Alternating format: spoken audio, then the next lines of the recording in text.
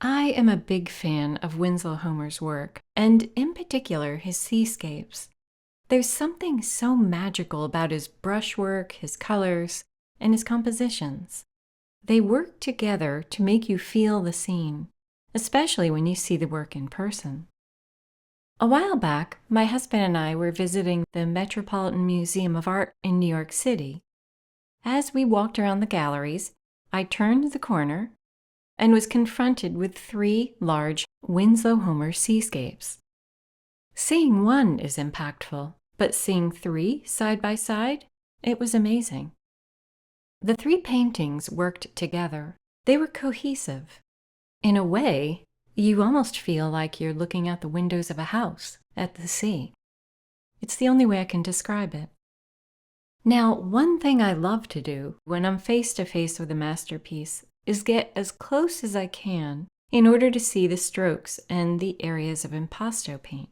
And when it comes to Homer, it's a lot of fun to look at. Being able to see the brushwork and the paint helps you feel more connected to the painter, in my opinion. But let me show you another Homer seascape. It's titled Early Morning After a Storm at Sea.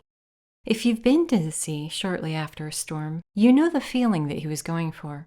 It's not easy to capture, but I think he does it. So let's take a closer look at the painting and see how he communicates it.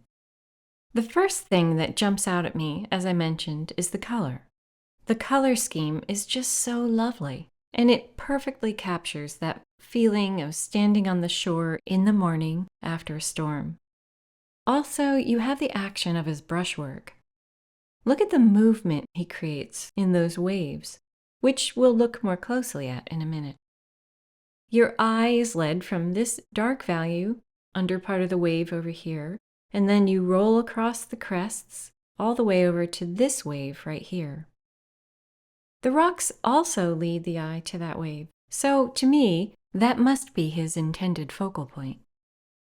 Even these rocks point your eye up to that spot, don't they? So now let's zoom in a bit and look at the colors. If I were to isolate the primary colors in this painting, they would be the colors that you see in the upper right corner. You have a very muted violet, a muted pink, a muted aqua color, which we see throughout, and then spots of this wonderful, very chromatic rusty red. If we were to place these colors on a color wheel, you would see that the aqua and the muted rust color are complements of each other. Complements sit opposite one another on the color wheel and are known for being eye-catching and dramatic.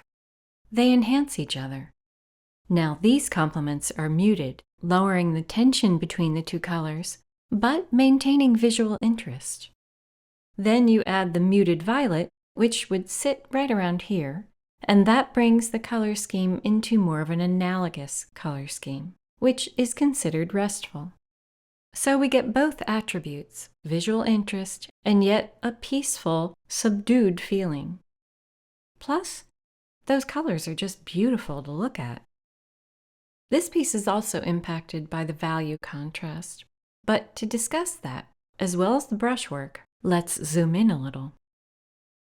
Down in this corner, the first thing I see is that touch of vibrant rust. Notice that he also uses some subtle gold. Unless you zoom in or look real close, you may not even notice it.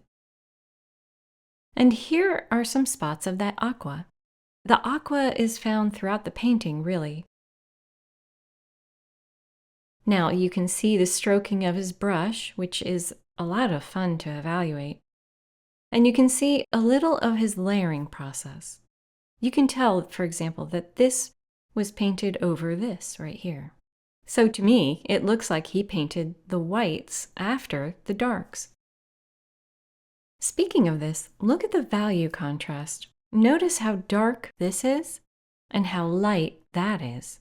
So that contrast also gives this piece a feeling of excitement, doesn't it? If we scroll up here, you can see the area that I feel is meant to be his focal point. Look at the action in his brushwork here and here. I mean, you can almost see his brush dabbing and stroking quickly. I love how he did the directional strokes here. and that spot of bold color right here. That helps balance the all-over aqua, and they do seem to lead the eye here. Now, the other thing I notice is that the beautiful color in the distant sky seems to be more vibrant, a little more chromatic around the focal point. Again, it's subtle, but it's another indicator that that was probably where he wanted you to look. And again, if you look closely, it looks like the white, again, was one of the last layers. It overlaps a bit. It's interesting to see how the masters layer their work. Now, come over here. We have the beautiful sky color, but I wanted to point out the dramatic lighting, which is created through the bold application of white and lights. They're reflected on what is intended to be the water directly below. Can you see that? And this helps set the scene for you. Lastly, let's look at that giant wave that sets your eye off rolling down the water. Look at that dark, deep aqua. You can see that he mixed his aqua color with black to make this gorgeous dark value. And then look at these nice little strokes here. Again, it produces a feeling of action, doesn't it? So when we back up and we look at the painting again on a whole, you can see what we've been talking about. The really strong value contrast, the reflective lighting here. You have the way he leads the eye. And then these brilliant chromatic jabs of color. It helps balance the piece. And even this, the dark, dark color. You don't even think about it, but it does help convey the mood. It's a beautiful, beautiful painting. In fact, Homer himself considered it, and I quote, "the best picture of the sea that I ever painted."